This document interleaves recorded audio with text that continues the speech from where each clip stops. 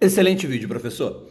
E quanto às lendas sobre o carniçal de Caim e outros servos vampíricos antiquíssimos? Quais seriam os poderes dessas criaturas milenares? Bom, vamos por partes e vamos contextualizar tudo aqui. Como sabemos, no RPG de Vampiro à Máscara, Caim é considerado o primeiro vampiro e progenitor de toda essa raça amaldiçoada. E a história que nos é narrada mistura o mito bíblico com o horror gótico do jogo.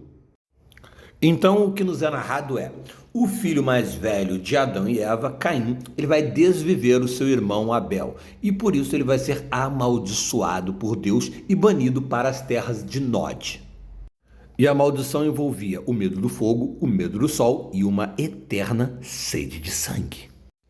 E com o tempo, Caim ele vai descobrir como passar a sua maldição à frente, no processo que a gente vai chamar de o abraço. Transformar humanos em vampiros. Então, ele vai criar 3 vampiros, que a gente vai chamar de segunda geração, e esses 3 vão criar os antediluvianos, a terceira geração, os fundadores dos clãs de vampiros com os quais nós jogamos. E o processo do abraço, transformar um humano em um vampiro, se dá quando o vampiro suga todo o sangue da vítima, deixando ela no limiar entre a vida e a morte. Na verdade, no limite absoluto da morte clínica, com o coração parando de bater e o cérebro parando de receber oxigênio. E é nesse corpo vazio que o vampiro ele vai colocar um pouco do seu próprio sangue na boca do cadáver, fazendo com que ele reviva em sua nova forma vampírica.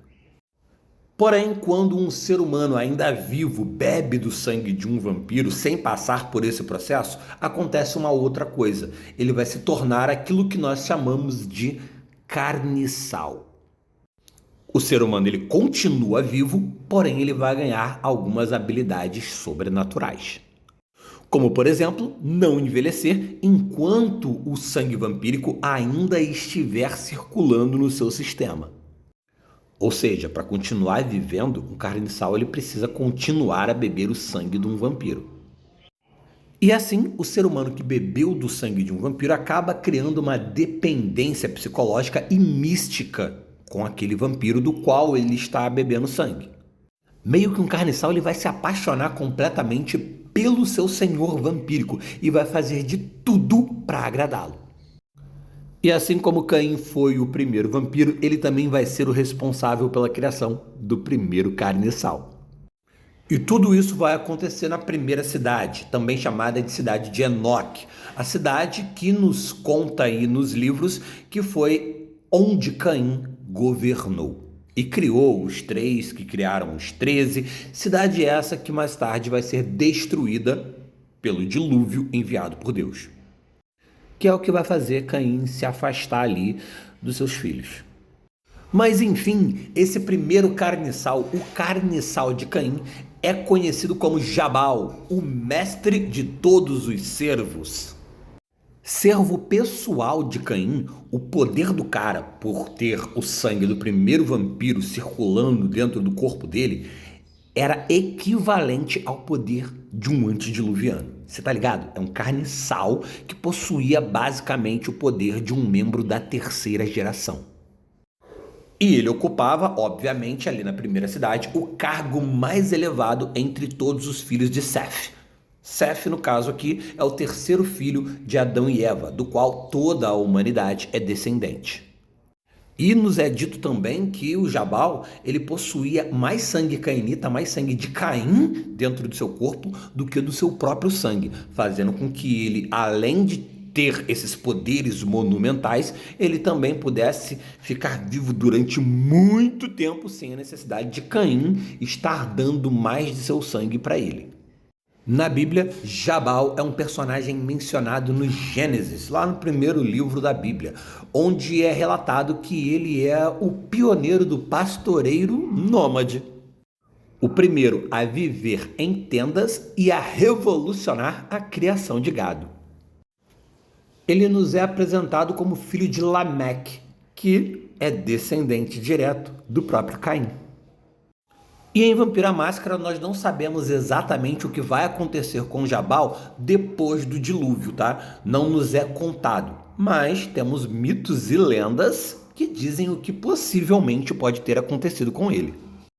E um desses mitos é dito que ele está no Egito e está vivendo ainda e ele possui reservas significativas do sangue de Caim. E além de Jabal, a lore de Vampiro à Máscara nos apresenta aí diversos carniçais lendários, tá? Servos de grandes Matusaléns antigos e também alguns carniçais independentes. E como exemplo a gente pode citar Prias, que foi carniçal de Helena. A Helena de Troia, tá? É a mesma Helena ali do mito grego, uma toreador.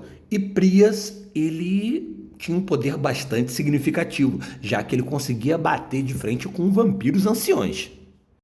Temos também Renfield, o mais famoso carniçal do Tizimice Drácula, e também temos Ossian, mas esse aqui é peculiar.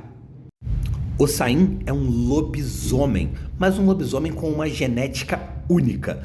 Ele pertencia à tribo dos Fianna, porém o seu pai, Finn, era um lobisomem e a sua mãe era uma changeling, era uma fada.